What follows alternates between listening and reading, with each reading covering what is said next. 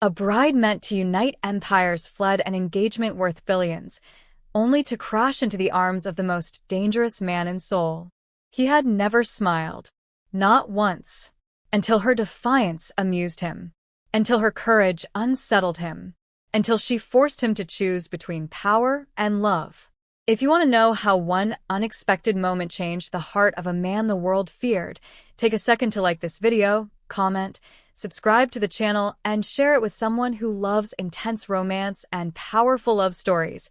Amani Okoye had always known her life was not entirely her own. From the moment she could walk, her future had been planned in boardrooms and private jets, over contracts written in languages she did not speak. She was the only daughter of Ezekiel Okoye, an African billionaire whose influence stretched across oil, ports, and governments. Raised abroad, educated in Europe, polished to perfection, Amani was not raised to choose. She was raised to be chosen. Still, she had believed, foolishly, that love might be negotiated. That illusion shattered the night she arrived in Seoul. The hotel ballroom glittered with wealth so sharp it almost hurt to look at. Crystal chandeliers, silk gowns, cameras everywhere. Amani stood at the center of it all, her smile practiced, her spine straight, her heart pounding against the corset of her diamond-studded dress. Across the room stood the man she was meant to marry. Lee Min-jae, heir to one of Korea's most powerful conglomerates. Handsome in a polished, distant way. Respectable, untouchable, and utterly uninterested in her as a person. He leaned toward his father, whispering something that made both men laugh. Amani caught fragments as she passed. She'll adapt. Once the papers are signed. She belongs to us. Something inside her snapped. Not loudly. Not dramatically. Just cleanly. Like a rope cut under tension. She excused herself with a smile that fooled everyone except herself and walked toward the terrace. Her hands were shaking. Her chest felt tight. The ring on her finger, custom-made, worth more than most homes, felt like a shackle. She heard her father's voice behind her, low and warning. Amani. She didn't stop. Inside the restroom, she locked the door, braced her hands against the marble sink, and stared at her reflection. The woman looking back at her was flawless. Immaculate. Trapped. I can't do this, she whispered. The ring slid off easily. That should have scared her. Instead, it felt like oxygen. When she stepped back into the hallway, she didn't turn toward the ballroom. She turned toward the exit. By the time anyone realized the bride was missing, Amani was already running. Rain soaked her hair. Her dress tore. Her heels were gone. She didn't care. She ran until her lungs burned and the world narrowed to survival. And then she collided with him. The impact knocked the breath from her chest. Strong hands caught her before she fell. She looked up and froze. Kang Jun-suk stood perfectly still, rain sliding down his sharp features, dark eyes assessing her like a problem he hadn't planned for. Behind her, voices shouted her name. She didn't think. She acted. Please, she whispered, fingers clutching his coat. Just help me. He glanced past her once. Took in the chaos. The security. The cameras. The truth. Then, without hesitation, he pulled her into him. The men chasing her stopped dead. Chairman Kang, someone said, fear slipping into their voice. Jun-suk's lips curved slightly. It was not kindness that made him smile.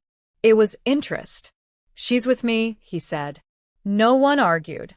Inside the car, Amani shook violently. Adrenaline gave way to exhaustion, to fear, to the terrifying realization that she had just trusted a stranger with her life. You can let go, he said calmly. She realized she was still gripping his sleeve. She released it, embarrassed. I'm sorry. I didn't mean to. You meant to escape, he replied. That much was clear. She laughed weakly. Is it? Yes, he said. People who want attention don't run like that. People who want freedom do. Silence settled between them.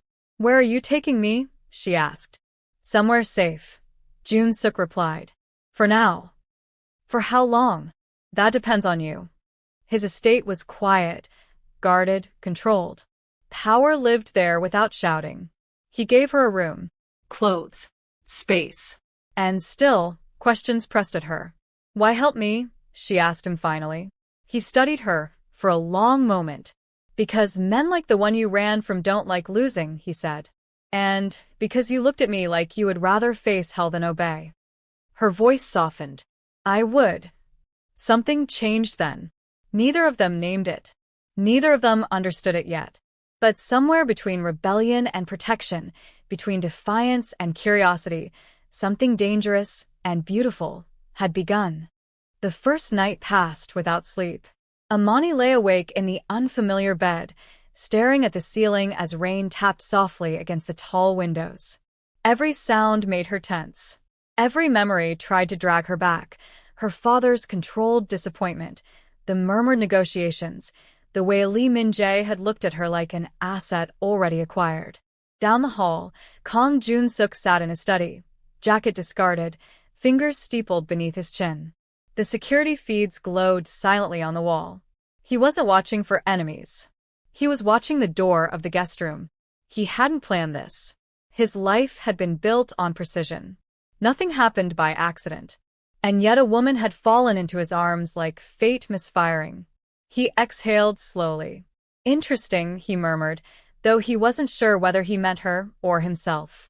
Morning came quietly. Amani woke to the smell of coffee and something unfamiliar, peace. For the first time in years, there was no schedule waiting to devour her.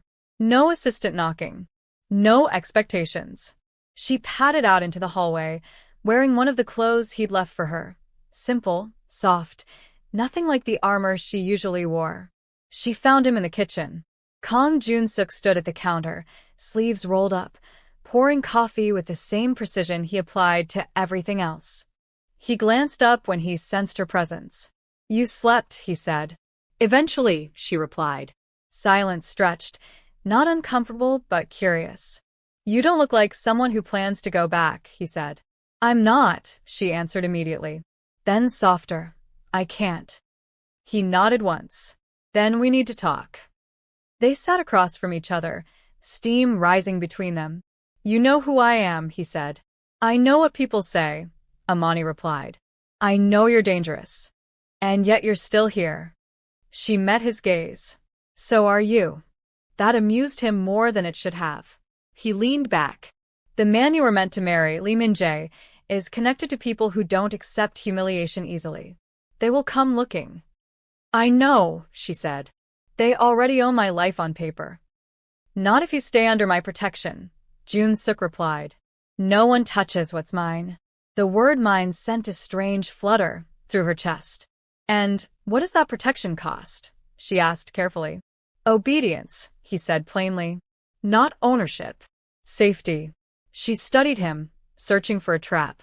"You don't want anything else?" "I don't mix desire with leverage," he replied. "It leads to mistakes." She believed him, and that scared her more than a lie would have. Days turned into a week. Amani learned the rhythm of his world. The early mornings. The quiet meetings behind closed doors. The way men twice her size deferred instantly to his voice. She saw violence, but always at a distance. Heard orders given with chilling calm. And yet she also saw restraint. Decisions reconsidered. Consequences weighed. "You're not what they say," she told him one evening as they ate together. "They say many things," he replied. "They say you're cruel." He looked at her steadily. "I'm honest." She nodded. "That's worse." A ghost of a smile touched his mouth. At night, they talked. About nothing at first. Then about everything. She told him about boarding schools and loneliness disguised as luxury. He told her about growing up fast, about a brother who had taught him to laugh, and how silence had followed the funeral. "I stopped smiling because it reminded people I was human," he said quietly. "And humans can be hurt." Amani reached across the table without thinking and covered his hand with hers. He didn't pull away. "I'm sorry," she said. "So am I," he replied, surprising them both.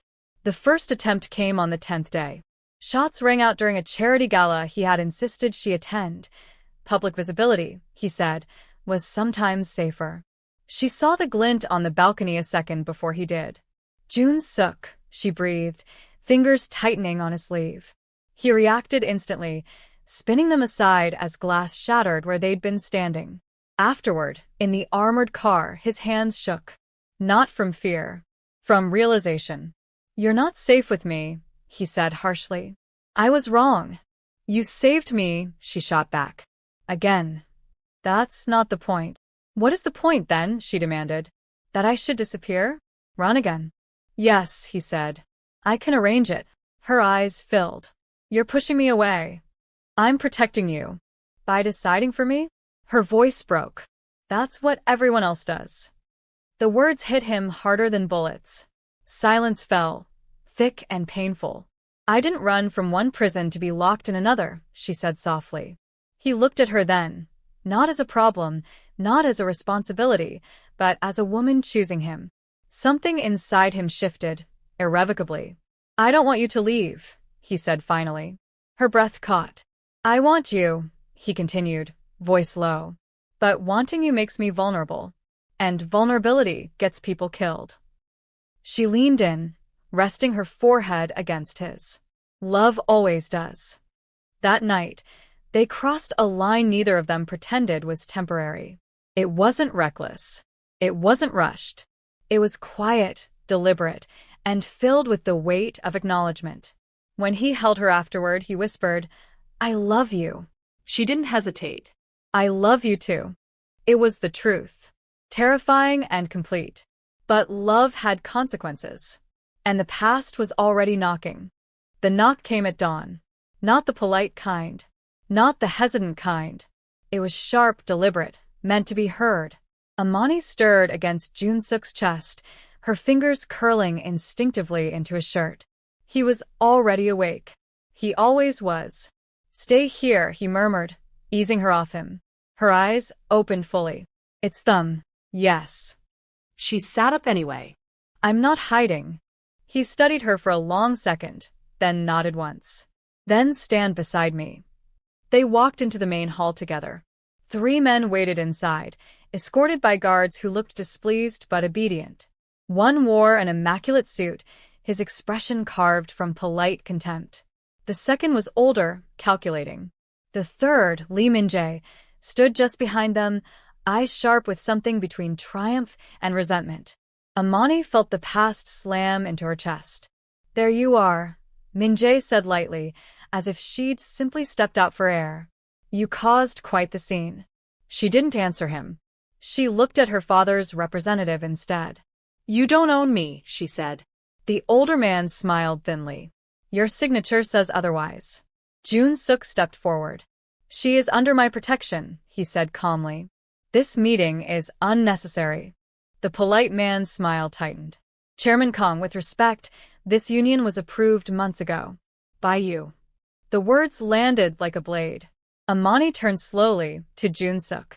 "What did he say?" Jun-suk didn't look away from the men. "Leave," he told them. Min-jae laughed softly. "You think you can erase contracts because you've grown sentimental?" Amani's voice was very quiet. "You approve the deal?" Silence. Finally, Jun-suk turned to her. His expression didn't soften. That somehow hurt more. "Yes," he said. "I did." Her breath hitched. "So, I ran into you because you already owned the cage." "That was before I knew you," he said. "But you knew what you were selling," she replied, pain bleeding into anger. "You knew it was a life. I knew it was business." Min-jae smirked. "You see? Even your savior knows where you belong." Jun-suk moved faster than Amani could react. His hand closed around Min-jae's collar, slamming him against the wall with a thud that echoed. "You will not speak to her," he said, voice lethal. "Ever again." Guards surged forward. Weapons shifted. The air thickened. Amani stepped between them. "Stop," she said. "All of you." They froze, not because of authority but because of her. She looked at Jun-suk, eyes burning. "You should have told me." "I was afraid you'd leave," he said honestly. She swallowed. "I might have." "Do you still want to?" he asked. The room held its breath. She thought of the first night, the way he'd held her without claiming her, the way he listened, the way he loved, with fear and truth and fire. "No," she said. "But don't ever lie to me again." He inclined his head. "I won't." She turned to Min-jae. "The marriage is over." The polite man scoffed. "You don't get to decide that." Jun-suk's voice cut through. "I do." The older man's eyes narrowed. "You would dismantle alliances for her?" "Yes," Jun-suk said. "Every single one." Min-jae stared. "You're choosing her over your empire." Jun-suk didn't hesitate. "I already have." The silence that followed was not empty. It was stunned. They left soon after, threats implied, consequences promised. When the doors closed, Amani's knees gave out.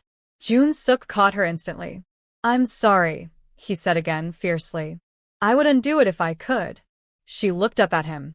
"Then don't repeat it." He kissed her forehead. "Never." But love had drawn a line in blood, and the world was not done testing it. That night, the attacks came harder. Digital strikes, political pressure, false stories leaked to the press. "You should go," Jun-suk said quietly as they watched the news. "This is my war." "It's ours," she replied. He looked at her like she was a miracle. "You don't understand how dangerous this gets." "I ran once," she said. "I won't again." He pulled her into his arms, holding her like something sacred. "Then we fight together." Outside, Seoul burned quietly. Inside, love held its ground. The pressure didn't ease. It sharpened. By the third day, Amani's name was everywhere, splashed across headlines in 3 languages. Runaway heiress. Broken alliance. Mafia's new obsession. Each story twisted the truth just enough to hurt. Her father's office released a statement calling her confused. Lee Min-jae's camp hinted at instability. Markets wavered. Investors whispered. Amani read none of it. She didn't need to. She could feel the tension in the house, in the way guards rotated twice as often, in the way Jun-suk's phone never stopped vibrating. Still, when he was with her, he made space. Always. One evening, she found him on the terrace, city lights stretching below like a constellation he controlled but no longer wanted. "You're carrying this alone," she said. He didn't turn. "I'm used to it." She stepped beside him. "I'm not." He finally looked at her. "You should be angry with me." "I was," she said. "I am. But I also see you. That's what scares me." She smiled softly. "Me too." They stood there, fingers brushing, not quite touching. The pull between them felt electric, desire braided with trust. "You could leave," he said. "Even now." "And go where?" she asked. "Back to being owned? Or back to pretending I don't love you?" The word hung between them. He exhaled, the fight draining from his shoulders. "Say it again." "I love you," she said, steady. "Not the power. Not the protection. You." His hand came up to cup her cheek, reverent. "Then let me earn that." The attack came that night. Not bullets. Something worse. They took her. It happened in seconds, a coordinated breach, smoke flooding the hall, alarms blaring. Jun-suk fought like a man possessed, but by the time the smoke cleared, Amani was gone. The note was simple. "Bring the empire, or we break her." The room went silent. Jun-suk stared at the message, jaw locked. His second-in-command spoke carefully. "Chairman, this is a trap." "I know. We can negotiate."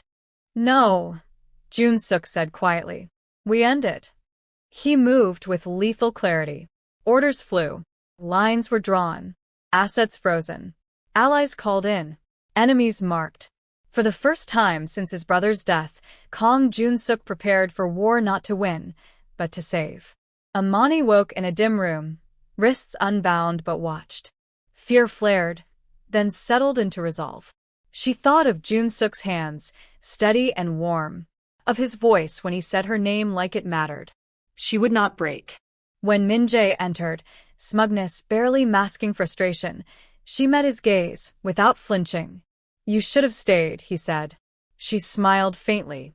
"You should have learned what no means." "You've ruined everything," he snapped. "No," she replied. "I escaped." "You think he'll choose you over everything he built?" "I know he will," she said. Because he already did. Rage twisted his face. Love makes men weak. Only the wrong kind, she answered. Elsewhere, Jun-suk walked alone into the lion's den. He didn't bring an army. He brought proof, documents, recordings, names. Corruption exposed like rot under bright light. When Min-jae realized what was happening, it was already too late. Jun-suk found Amani exactly where he knew she'd be, standing tall, unbroken. Their eyes met. He crossed the room and pulled her into his arms without a word. She clung to him, breathing him in. I knew you'd come, she whispered. Always, he said. For you. Sirens wailed outside. Empires fell quietly. Months later, the city felt different. Jun-suk no longer sat on a throne of shadows. His name appeared in daylight now, cleaner, quieter. Amani walked beside him, her choice made and honored. They stood together on the same terrace where fear had once lived. I never wanted a crown, she said. I never wanted a throne, he replied. She smiled up at him. What do you want? He kissed her, slow, certain, full of promise. A life with you. And in that moment, power finally lost to love. The world did not stop simply because they had chosen each other. If anything, it accelerated. The exposure of Lee Min-jae's syndicate ties and the collapse of the alliance sent shockwaves through Seoul's elite circles.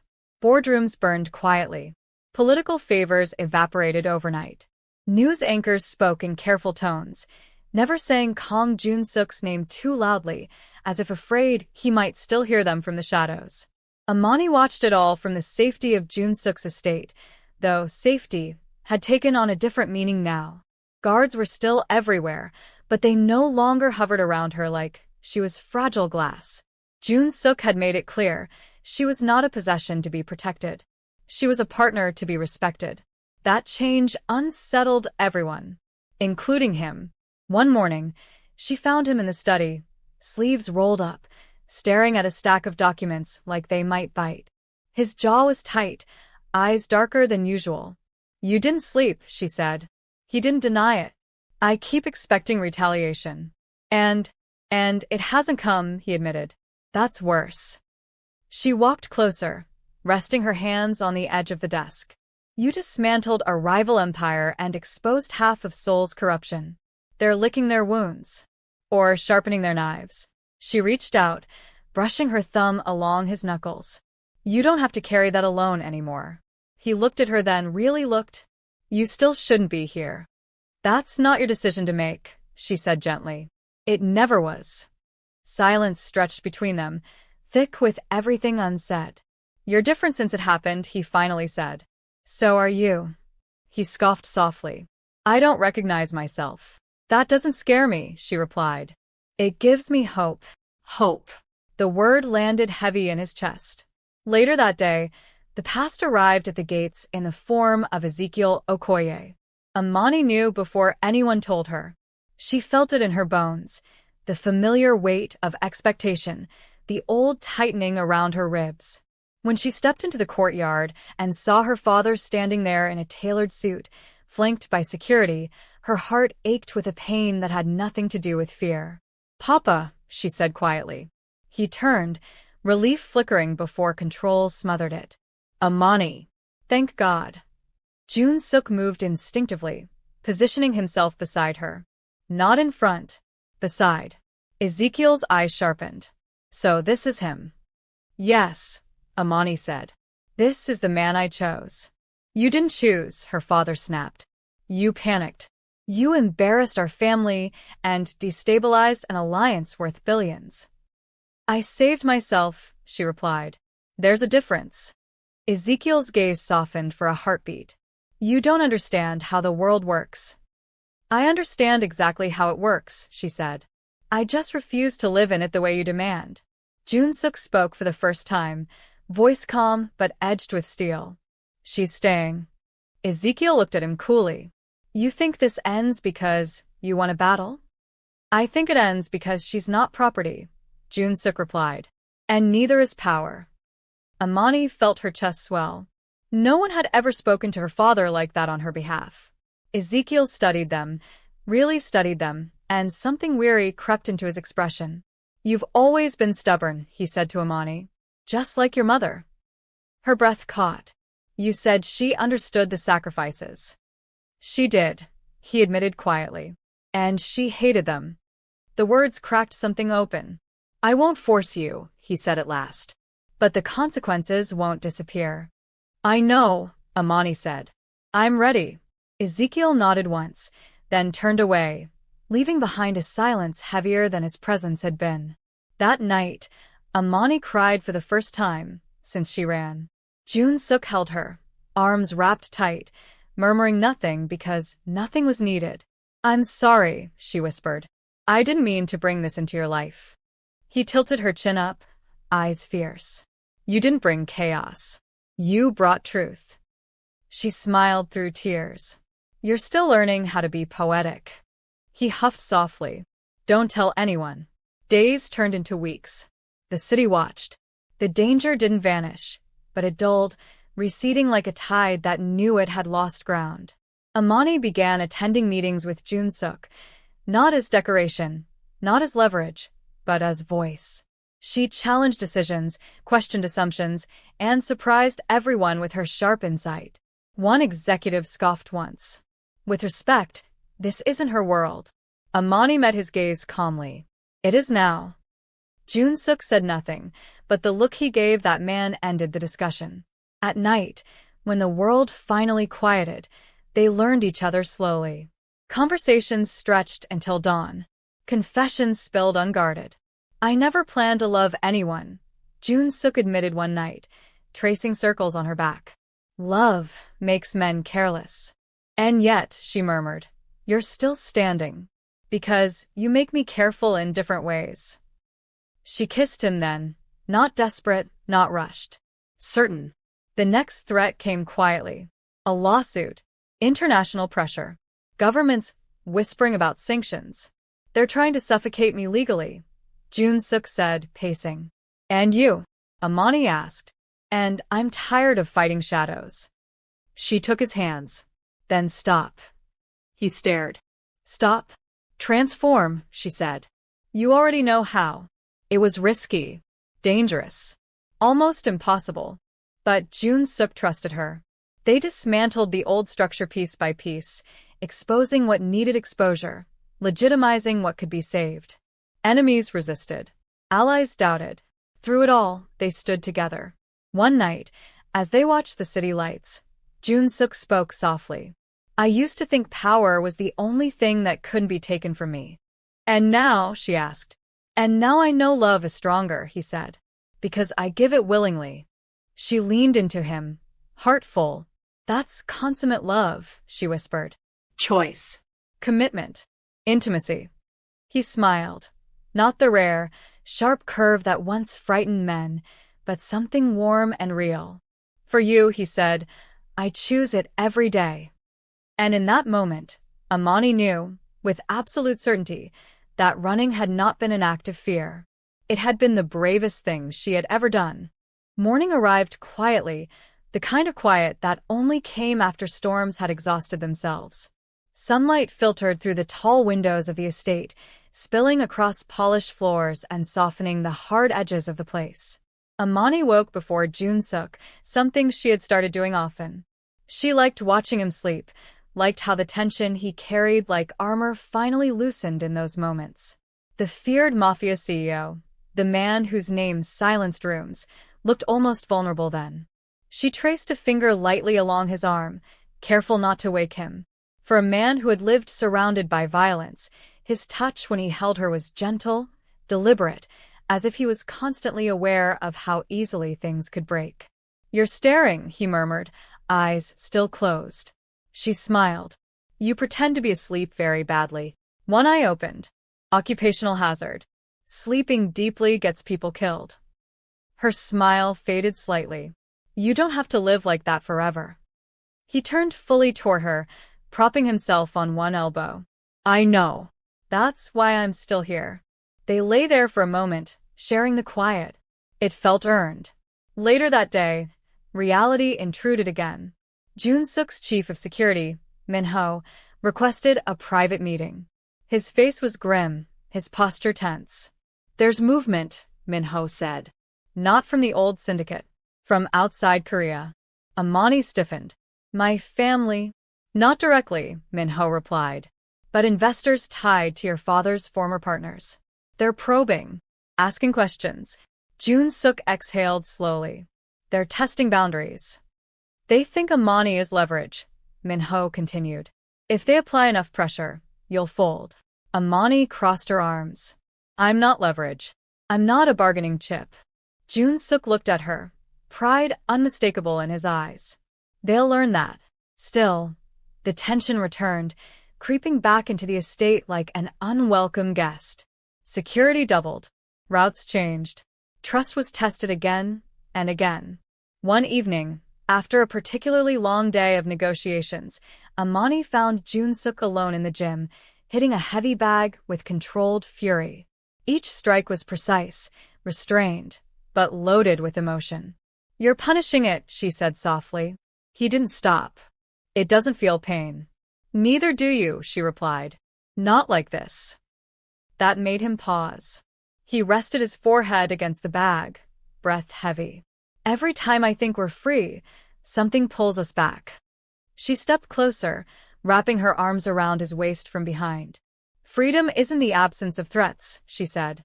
It's choosing each other despite them. He turned, pulling her into his chest. You shouldn't have to keep proving your courage. I don't, she said.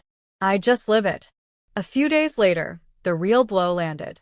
An international arrest warrant surfaced, quietly, strategically, targeting Jun-suk for crimes tied to his past empire. Old deals. Old blood. Things he had already dismantled but could never fully erase.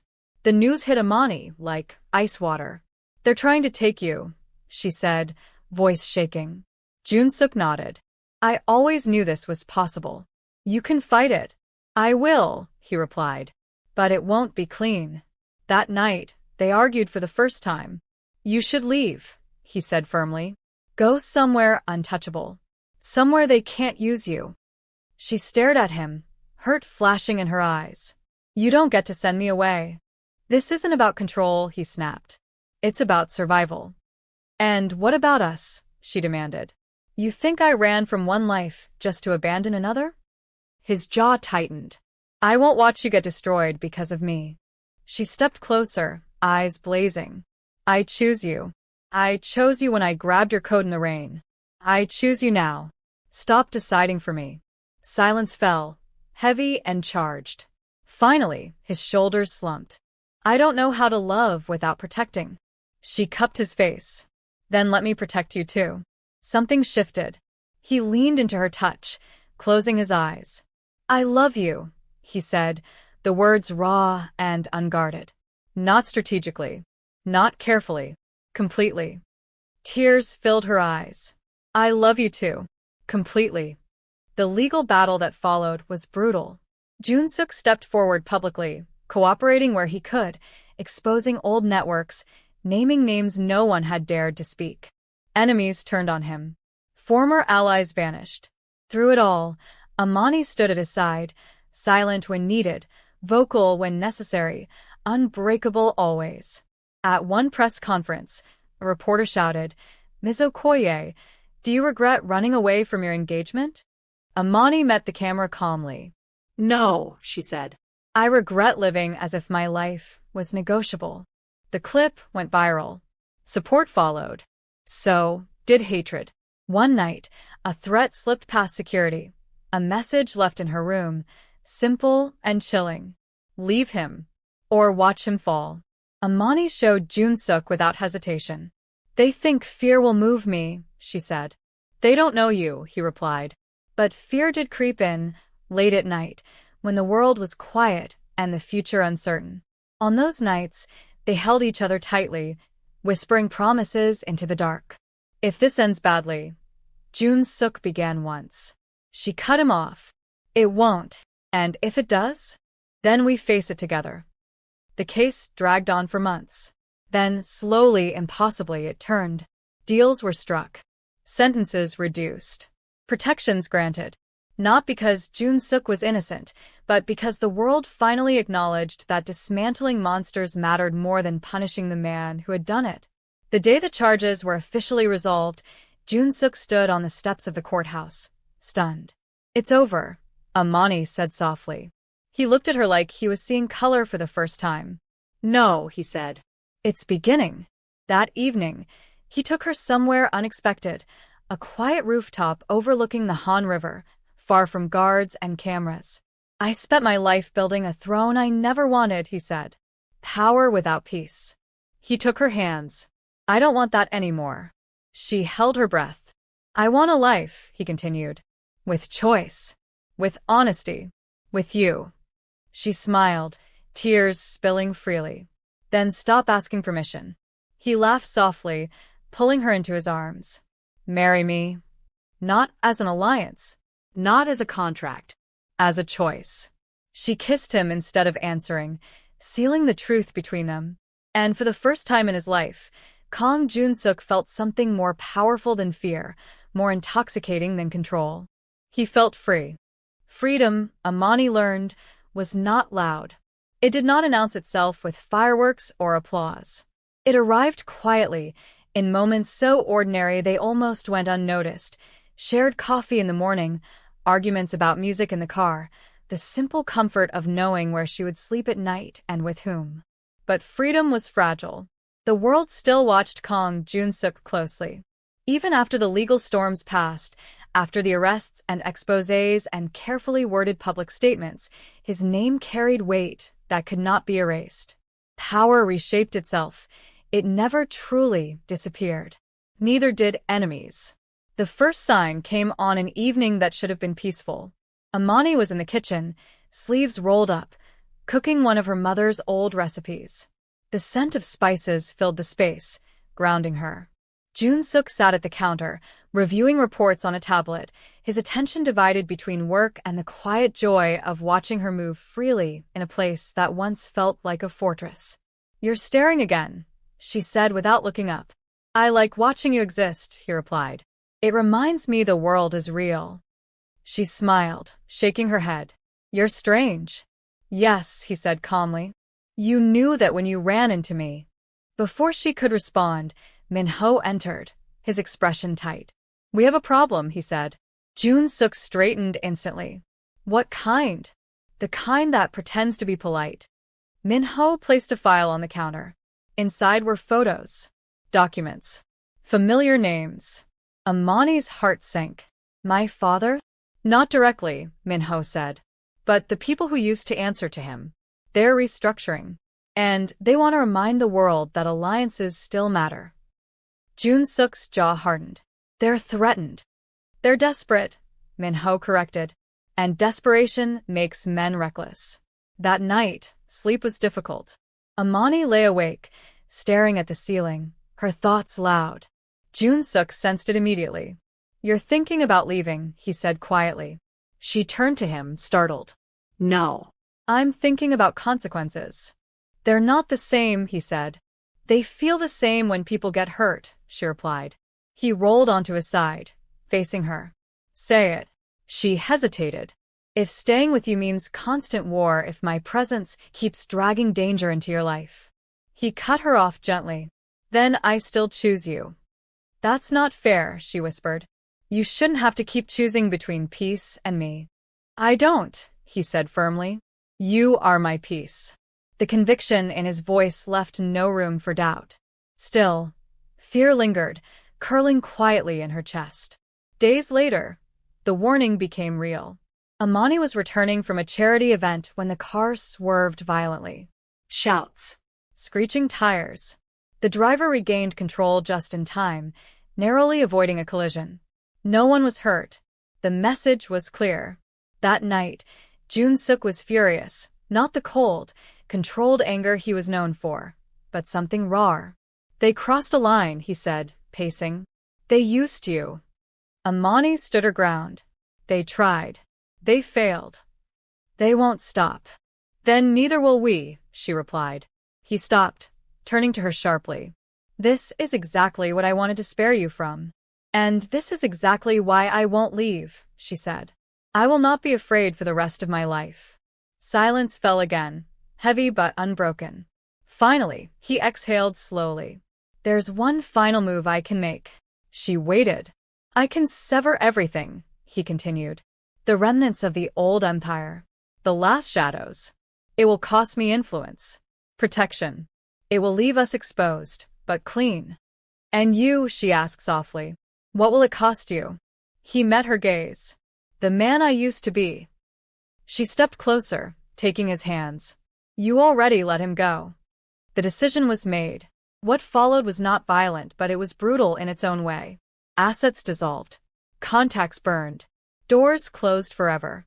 The throne Kang Jun-suk once ruled from was dismantled piece by piece, not in fire, but in silence. Some called it foolish. Others called it surrender. Amani knew better. One evening, weeks later, they sat together on the balcony, the city stretching endlessly below them. Seoul looked different now, not like a battlefield, but like a place where life continued regardless of who held power. I used to think fear was respect, Jun-suk said quietly. That if people feared me, I mattered. And now? Amani asked. And now I know love asks more of you, he replied. It demands honesty. She leaned her head against his shoulder. You've never been more powerful. He smiled softly. Don't tell my enemies. I think you ran from something too, she said suddenly. He looked at her. What? The throne, she said. Just like I ran from the crown. He considered that, then nodded. We collided because we were both escaping. Or because we were both brave enough to, she corrected. Weeks turned into months. The threats faded, not completely, but enough. Life began to feel livable. One afternoon, Amani received a message from her father. Just one line. Your mother would have liked him. She stared at the screen for a long time before showing Jun-suk. He read it twice, then handed the phone back gently. How do you feel?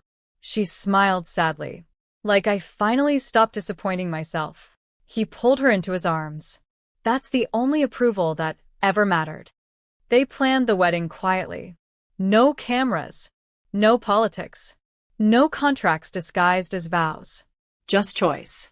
On the morning of the ceremony, Amani stood by the window, nerves fluttering unexpectedly. What if something goes wrong, she asked. Jun-suk stepped behind her, wrapping his arms around her waist. Then we face it, like everything else. She turned to him, eyes searching. Do you ever regret it? Giving up so much. He didn't hesitate. I regret nothing that led me to you. Her breath caught. Say it again. I love you, he said. Not because you changed me, but because you saw me and stayed. Tears filled her eyes. I love you too, because you never tried to own me. You chose me. They exchanged vows under an open sky, the city humming quietly around them. No crowns. No thrones. Just two people standing equal, hands intertwined. When it was over, when the world resumed its noise, Kang Jun-suk smiled. Wide, unguarded, unmistakably real. And Amani Okoye smiled back, knowing with certainty that she had not run into danger that night in the rain. She had run into love.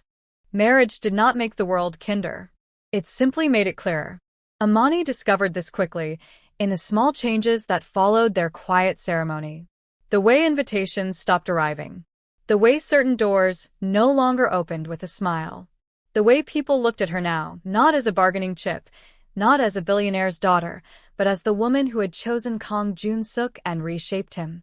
Some admired her. Others feared her. Both reactions amused her more than she expected. They moved out of the old estate a month later. Not because it wasn't safe, but because neither of them wanted to live inside a monument to a life they had outgrown. Jun-suk chose a modern penthouse overlooking the river, clean lines, open spaces, glass instead of walls. It feels exposed, Amani said the first night, standing by the window. He joined her, slipping an arm around her waist. That's the point. Life settled into a rhythm that felt almost unreal. Mornings together, evenings apart sometimes. Jun-suk still worked, still negotiated, still untangled remnants of his former world, but always nights together. Always honesty. One evening, as they cooked side by side, Amani asked the question she had been holding back. Do you ever miss it? He knew what she meant. He didn't pretend otherwise. Sometimes, he admitted, power is addictive. It lies to you. It tells you that without it, you're nothing. And now, she asked. And now I know better, he said. I was never nothing. I just didn't know who I was without it. She smiled softly. You're still dangerous. He chuckled. Only to people who deserve it. Not everyone accepted the new reality. The final test came quietly, disguised as opportunity. An international consortium reached out, clean on the surface, lucrative beyond reason. They wanted Jun-suk's strategic mind, his network, his influence. Everything he had sworn to leave behind, repackaged as legitimacy. It's a trap, Amani said after reading the proposal. Yes, Jun-suk agreed. A polite one. They'll pull you back in. He watched her carefully. Are you afraid? She shook her head. No. I trust you. I just want to know who you want to be. That night, Jun-suk declined the offer. The backlash was immediate. Stocks dipped. Rumors flared. Old allies whispered betrayal. And then nothing. The world moved on. It always did. One afternoon, months later, Amani visited her father. Not because she was summoned. Because she wanted to. Ezekiel Okoye looked older. Smaller somehow. Power weighed heavier when it was no longer absolute. You seem at peace, he said after a long silence. I am, Amani replied. And him? Ezekiel asked. Is he what you hoped for? She smiled. He's more. Because he lets me be. Ezekiel nodded slowly. Your mother once told me that love should never feel like debt. Amani's throat tightened. I wish you had listened to her. So do I, he admitted quietly. When Amani returned home that evening, Jun-suk was waiting, concern flickering across his face. You went alone, he said. I needed to, she replied. It's finished now. He studied her, then pulled her into his arms. I'm proud of you. She laughed softly. You say that a lot. Because it's always true. That night, curled together on the couch, the city lights reflecting in the glass around them, Amani finally asked the question that had lingered since the beginning. Why did you really smile that night, she asked, when we met? He thought for a moment.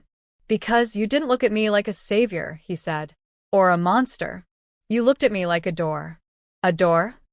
Something you could walk through, he explained. Something that might lead somewhere else.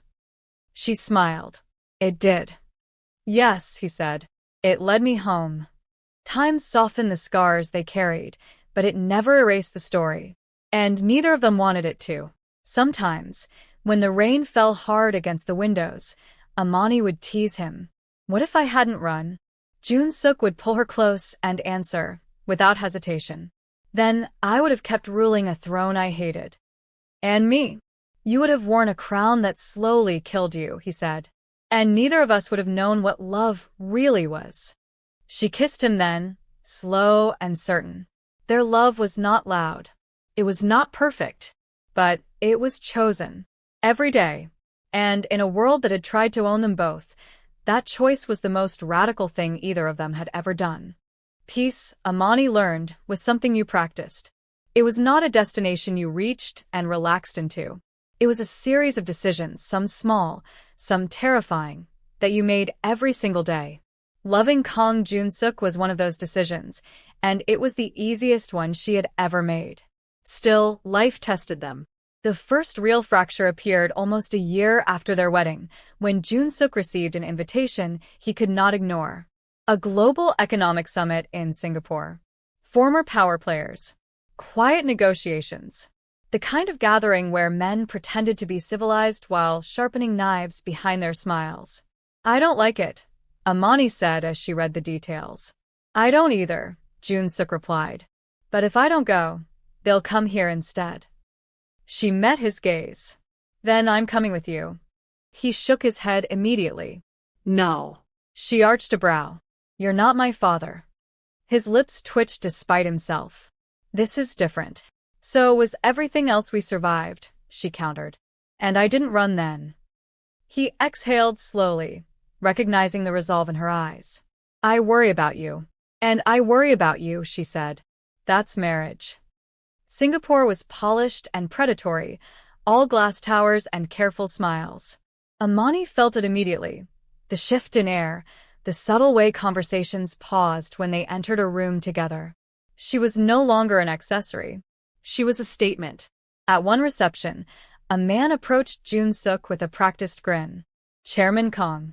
Or should I say former? Jun Suk's expression remained neutral. Titles are temporary. The man's gaze flicked to Amani. And this must be the reason. Amani smiled politely. I hope you mean that in a flattering way. The man laughed, but it was thin. You've changed him. No, she said calmly. He changed himself. I just didn't stop him. Later that night, in their hotel room, Jun Suk paced, tension radiating off him. They're circling, he said. Testing. Amani poured him a glass of water and held it out. Then let them see what they're dealing with. He took the glass, then her hand. You're braver than you should be. She squeezed his fingers. So are you. The real confrontation came on the final night of the summit. A private dinner. No press. No witnesses. Too perfect. Amani sensed it the moment they sat down. The conversation steered subtly, then not so subtly, toward old networks. Old loyalties. Opportunities framed as favors. You could reclaim everything, one man said smoothly. With our backing. Jun Suk's voice was steady. I don't want it. And yet, another added, eyes cutting toward Amani, power always demands sacrifice. The room went quiet. Amani set her fork down slowly. If you're implying that love is a weakness, she said evenly, then you've already lost. One of the men chuckled. Spoken like someone who's never ruled. Jun Suk leaned forward then, his presence filling the room without a word raised. I ruled, he said. And it cost me everything that mattered. I won't make that mistake again. The message landed. They left without shaking hands. Back in their room, the adrenaline crashed. Amani's hands trembled slightly as she kicked off her shoes. That was dangerous, Jun Suk said quietly. She nodded, but necessary. He pulled her into his arms, resting his forehead against hers. If something had happened, but it didn't, she interrupted gently, because we stood together. He kissed her then, slow and grounding. I don't regret choosing you. Good, she murmured, because I'd do it again. Every time. They returned to Seoul changed, not shaken but affirmed. Weeks later, Amani discovered she was pregnant. The test sat on the bathroom counter, impossible and undeniable. For a long moment, she simply stared at it, heart racing with something close to awe. When she told Jun Suk, he froze. You're sure? He asked softly. She nodded, tears already forming. Yes. For several seconds he said nothing.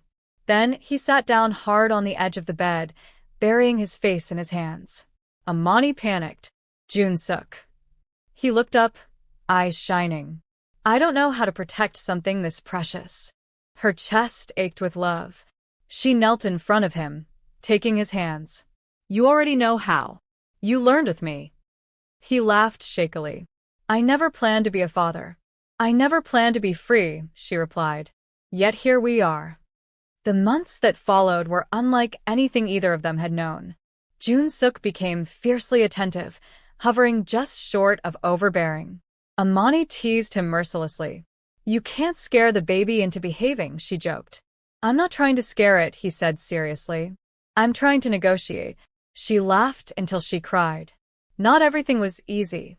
Fear resurfaced at unexpected moments. What kind of world would they bring a child into? What ghosts would follow Jun Suk forever? One night, as Amani slept curled against him, Jun Suk stared at the ceiling, old doubts whispering. I don't deserve this, he murmured. Amani stirred, half asleep. Deserve has nothing to do with it, she said softly.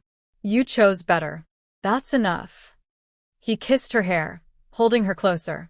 The day their child was born, time seemed to stop. Jun Suk stood beside Amani, gripping her hand, awe stripping him bare. When the baby cried for the first time, something inside him broke open completely. Amani laughed through tears. She's perfect. Jun-suk could barely speak. She's real. He held their daughter carefully, reverently, as if afraid she might disappear. She wrapped her tiny fingers around his thumb, anchoring him to the present. In that moment, the throne he once ruled meant nothing. The crown Amani had fled meant nothing. This was everything. Years later, on a rainy evening not unlike the one that started it all, they walked through the city together, their daughter between them, swinging their hands happily. Amani looked at Jun-suk, smiling softly. "Do you ever think about that night?" "All the time," he said. "It saved me." "It saved us," she corrected. He nodded. "You ran from a crown and landed in a throne," she said teasingly. He shook his head, smiling. "No. I stepped down from one." She leaned into him, heart full, and chose love. He kissed her temple. Every day. And as the rain fell around them, unnoticed and unfeared, it was clear that this was not a story about power or escape. It was a story about two people who dared to choose each other, completely, irrevocably, consummately. If this story kept you watching, if it made you believe in choosing love over fear, take a moment to like this video, subscribe to the channel, and share it with someone who believes that the strongest love stories are the ones we fight for.